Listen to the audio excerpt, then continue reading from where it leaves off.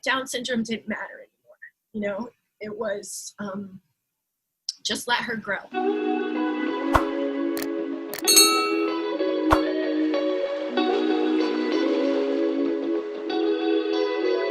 Hi, mommies and daddies! Welcome back dito sa ating channel. Siyempre, sa nababasa niyo sa title, ang pag-uusapan natin ngayon ay tungkol sa Down syndrome sa mga bata. And to make it more reliable and para mas ma-express or ma-share natin kung ano talaga yung experience of being a mom with a child diagnosed with Down syndrome. Guest po natin ngayon, eto na, nasa tabi ko na, si Miss Michelle Aventajado. Miss Michelle has a daughter named Jelly. Jelly is, how old is she, Miss Michelle? She's 9. 9 years old. Okay, so I know this is parang hinahanda ko na ang sarili ko kasi mababaw lang yung mababaw lang talaga yung luha ko, and isa to sa mga very special na mga topic pagdating sa mga kid. Thank you so much for saying yes to share your experience. Ayan, I'm so honored to be here. Don't mention it. Actually, it's my pleasure. So ayan, ang dami ko nang sinabi na intro. So let's start with, did you know that your baby, when you were still pregnant, your baby has a Down syndrome? No, so I didn't know she was going to have Down syndrome. What I did know is that I was so excited to be pregnant. I loved being pregnant. And my fourth pregnancy I knew was going to be my last because my husband wanted 3 kids. I wanted 5. And so, of course, to meet in the middle, we agreed at 4. And it took quite a long time for me to get pregnant with Jelly. My kids, my 3 big kids, they're all 2.5 or 3 years apart. So now they're 21, 18, and 15, right? So they were 3 years apart, but Jelly didn't come until after Diego was almost 6 years old. So he was turning 6. So bigger age gap. I actually thought I wasn't going to have another baby because we had tried for so long. I felt like, okay, maybe it's not in the cards. And I remember shortly before I got pregnant, I said a prayer. I was like talking to God and just letting him know that I would be okay if it wasn't, in the cards for me to have another baby. So I gave away all my stuff. I gave away the crib, the stroller, the bassinet, like that. I gave everything away to actually a friend of mine who had a late baby. It was also a big age gap for her. Gave everything over to her, and shortly after that, I found out I was pregnant. So I think God wanted me to release it all and surrender to his will, of course, at that time, and just say, okay, if it's not the time, it's not the time. If it's not going to happen, I'm okay with that too. Because the moment I did that, then he said, okay, here's your baby. So beautiful pregnancy. I practiced yoga all throughout. I enjoyed it, like every kick, every bump. I laughed at the heartburn. I really enjoyed this pregnancy, knowing that okay, after this, this is the last baby. And it wasn't until the 7th or 8th month that my obstetrician actually said, we do see a double bubble. What that is called is it's duodenal atresia. And so that was our first concern. That was our only concern, actually. How she explained it is that so your stomach connects to your duodenum, and your duodenum connects to your intestines. The duodenum can be blocked, so to speak. And in Jelly's case, it was a web. So that means that when she would be born, she would have to have surgery to correct it. Otherwise, she wouldn't be able to eat solids, right? So at this point, she could take liquid, but not solid. And so we didn't know. It wasn't really confirmed. She kind of mentioned it in passing. And because, everything with the internet now, Ara, I didn't want to make myself crazy. So what I said was, I'll Google search, and then I will just look at the top 3 searches that come up. And those 3 searches said, all about duodenal atresia, how it's easy to correct with surgery in extreme cases. The baby might need a colostomy bag, so nothing like life-threatening, but still, of course, a concern. Had I gone through and like read some of the other ones, it would also say that that is common in children with Down syndrome. So, but I didn't. And I didn't because I suppose God also wanted me to just enjoy this last pregnancy and, relish every single moment of it instead of worrying. So when she was born, I knew right away when I saw her eyes that she had Down syndrome. My mother-in-law was in the room with me and Nino. I said, "Oh, her eyes look different." And I remember asking the nurse, "Oh, how come her eyes look that way?" And my mother-in-law actually said, "No, she has Diego's eyes, who's number 3." So I said, "Okay." And I remember saying it over and over again in my head, "She has Diego's eyes," hoping that it was true and praying that what I felt in my heart, of course, was not the reality that I would be facing.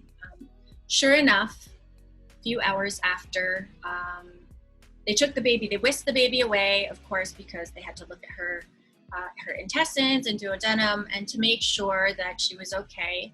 And a few hours later, the neonate came back in and said, "We see some markers for Down syndrome." So I think at some point she tried to talk to Nino by himself. And he was like, no, we can't have this conversation without my wife in on it. We have to go talk to her. And so those first few moments when I heard those words, it's if I understood what Down syndrome or autism or GDD, global developmental delay, if I knew what any of these things were or these diagnoses were, because I was a teacher, it's like whatever knowledge I had kind of just left me for a minute, and I felt, oh my gosh, I what did I do? Why do I have a baby with special needs? And I felt very alone. My husband was there next to me, and of course his faith at that moment was so much bigger than mine because he just, he looked at me and he's like, God gave her to us, and this is who she is, and she'll be one of us, and we'll be fine. And I kind of fretted and I worried, and my initial fears, of course, were all unfounded. You asked me, if I could fast forward to 9 years later, and I was to tell myself in that hospital bed, girl, don't cry, you're wasting your tears. She's gonna be amazing. But at that moment, I was so filled with fear because it was fear of the unknown. It was fear of just being by myself and feeling like I don't know anyone else who has a kid with Down syndrome. Fear of her health, fear of, would she be discriminated against, or would she be picked on? How was she going to grow up? So all those things, and in the hierarchy of, when you learn to accept things, and then, you accept, and then you move on, and then you can embrace what you're facing. But in that moment, I couldn't. And I know that even as we shared the news with our parents, I find it interesting that each of the dads, so my dad and Nino's dad, and of course Nino, they all said in some way, shape, or form that it was God's plan, right? That this is God's plan. I think my dad said it's God's will. Nino said God gave her to us, and of course, looking back on that, I realized, you are so right. How come I didn't see it? How come I didn't know? So I think, there were still moments even beyond as she, when we were finally able to take her home after the surgery. She spent 11 days in the NICU. So after surgery, her heart was fine, thankfully. She didn't have any issues with her heart, which is common in kids with Down syndrome. And when we finally took her home, that was like another milestone, right? It was like, okay, we're complete. And with the sigh of relief also came, okay, now what? What do we do? That's where Mr. Google was my friend. So for those of your viewers who are tuning in and don't understand or don't know what Down syndrome is, I'll explain it to you this way. Our mom gives us 23 chromosomes and our dad gives us 23 chromosomes. So that when they come together at the moment of conception, you have 46. But the 46 it's pairs of 23, right? So there's 23 pairs of chromosomes. So Down syndrome happens when there are three copies of the 21st pair. So instead of being a pair, it's trisomy. There's 3 copies on the 21st pair. So it's trisomy 21. So that's the most common form of Down syndrome, which is what Jelly has. So it's not something that happens because trisomy 21 isn't something that happens, because you took drugs or because you fell on your belly or because you didn't eat properly. It really is a 1 in 800 chance. And if you are that blessed to have a baby with Down syndrome and God chooses you for it, then you're 1 in 800, 1 in 800 is the chance. When Jelly was still an infant, gaano katagal yung naging adjustment mo or yung gaano katagal bago mo fully natanggap talaga na there were no more tears, no more parang pasana kasi hindi na ako nagbuntis, yung mga ganun na mga, di ba? That's very normal para sa mga moms na may mga ganun na mga pag-iisip. So, how long was the adjustment period?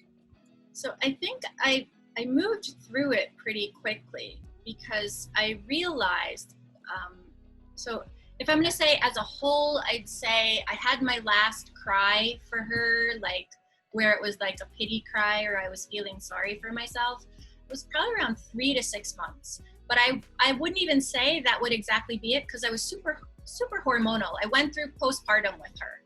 So it was a matter of like, could I say that was really the cause, or was I also going through that just release of all of those emotions and hormones that you can equate with postpartum, which is of course a very real and serious issue for women, right? So I remember the last time I cried, and ironically enough, Nino and I was breastfeeding Jelly. I was sitting on the sofa and the big kids were in school and we were watching this Bang Bang Shoot 'em Up. Of course, if your husband chooses the movie, it's not a rom-com, it's always like Bang Bang Shoot 'em Up. And I remember Denzel Washington was like just taking guns and shooting people. And I started crying. And he looked at me. Yeah, I couldn't stop. I really couldn't stop, but I was breastfeeding her. So, and then I also had kind of promised myself I promised God that I wasn't going to cry like that with her. I never wanted her to feel anything except love and acceptance and, pride for who she was and who she is. But that was my last cry, and I think it was around 4 or 5 months postpartum. And so I remember him looking at me and he said, "Are you going to cry again?" And I said, "I am. It's going to be a bad one, but I'll hold the baby. I'm going to go to the bathroom." I had my ugly cry and I was done with it. And I didn't want to cry anymore like that. So I don't even know if I could say that it was Jelly or her extra chromosome, or it was the postpartum just running its course and for me to be able to release all of that. But prior to that, even while we were still in the hospital, I mentioned the double bubble and duodenal atresia. And one of the things that, while I did some research about it, I also kind of felt like I didn't know enough, right? So when the doctor finally said, okay, so now what has to happen is we have to run all these tests. We have to make sure her heart is strong enough to withstand the surgery because we know that she has duodenal atresia and we have to fix it. She can't nurse. She can't take fluids. She can't, you can't breastfeed her until we fix this. So then I realized, holy smokes, wait, my baby is 18 hours old and you're going to put her under and she's going to go in for surgery. I remember looking at Nina with panic in my eyes and saying, we have to have her baptized. We had her baptized in the NICU. We were scared, And I remember bargaining, and that's another step of getting to that point of acceptance and healing. Was I remember having this conversation with God and saying, like, okay, I know I didn't react the way you had hoped me to, and I'm sorry, but you cannot, please do not take her from me. Just like knowing that she was going in to surgery and I wouldn't be able to go with her. And, I was basically like handing her over this tiny little baby, 5 pounds, 15 ounces. She was, barely 6 pounds. And I remember thinking, and I said to God, I said, okay, I promise I won't cry. I promise I will not let one tear of sadness fall on this baby. You just let me nurse her. You just let me take care of her and watch her grow, because that's what's supposed to happen. The tears are different now. And I promise I'll be better, right? It's like this moment that you have with God where you're bargaining and saying, like, don't take her from me. Now at that point it was like Down syndrome didn't matter anymore. It was just let her grow. So we sent her off, and that was like the longest 5 hours. I mean, I think Nino and I held each other and just cried in the hospital bed, waiting for the surgeon, to come out. And so when we were finally able to go down, the surgeon was so jovial the way he said it. He came out and he's like, oh, it was a web. She's great. He was so, he was so excited to share this. And I realized, like, okay, she's going to be fine. And that was where, I was thanking him, and I was saying, okay, I'm sorry I didn't know the blessing you gave me, but please let me continue to be blessed by this baby. And, I look now, and the tears that fall now are not tears of sadness. They're like extreme gratitude. Whenever I see Jelly in your stories or sa social media posts mo, napapasmile ako. Kasi yung smile ni Jelly, ibang-iba eh. And speaking of that, yung development niya, how long did you start doing her therapy? Okay, so it's really important. Kids with different abilities, you need early intervention for them, just to help them succeed and progress and reach their milestones. So knowing that this was something that was really important, Nino and I started Jelly with early intervention as early as 3 months. Prior to that, I mentioned that I was a yoga teacher, or maybe I didn't mention, but I'm a yoga teacher. So one of the things I looked into the moment she was born was I knew that there was this program, Yoga for the Special Child by Sonia Sumar.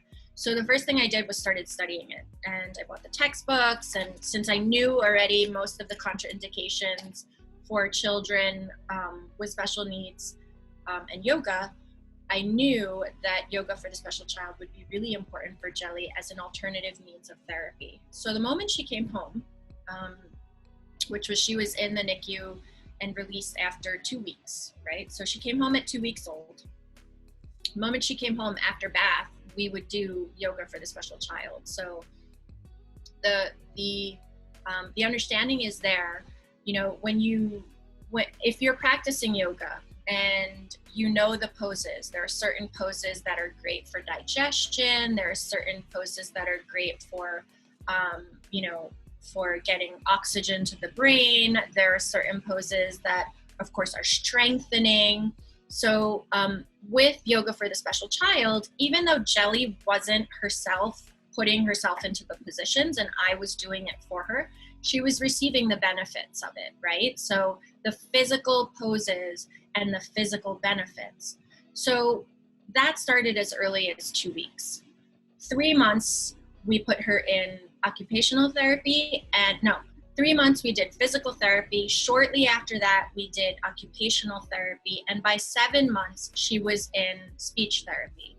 So the requirement for that was as long as she could sit up on her own, right? So I bought the bumbo that she could sit in. And they didn't say, like, I couldn't use the bumbo. I used the bumbo. I wanted her to get the intervention as early as she could. So she started speech therapy as early as 7 months, which I think, is not unheard of. But it's also a huge blessing that we were able to afford those therapies, right? So, and that's not always the case. So the therapy really makes a huge difference. Now at 9, she still gets speech therapy once a week. She still has occupational therapy twice a week. And because of quarantine and COVID-19, of course, all of these therapies are teletherapy. So she does everything on Zoom. Thank you so much, Michelle, for sharing your experience. Malaking tulong to sa mga mommies, especially sa mga first-time moms who has children diagnosed also with Down syndrome. Ang laking parang na-empower mo sila on how to face this so-called parang denial stage. And that was good kasi hinarap mo ito like you asked for God's help, and after praying, you also did your part to help yourself and to parang ano bang term dyan? Parang to also give life, to give Jelly the life that she deserves. Ayun. So you are an inspiration to moms. So thank you once again for saying yes and for guesting dito sa ating episode. This is a very special episode, and I hope we can still have you on our next episode soon. So para sa mga mommies din na may tanong about Down syndrome or if you have any concerns about it, you can also comment below, or you can directly send a message. Pwede ba silang mag-send directly ng message sa iyo, Michelle? Where can they send their queries?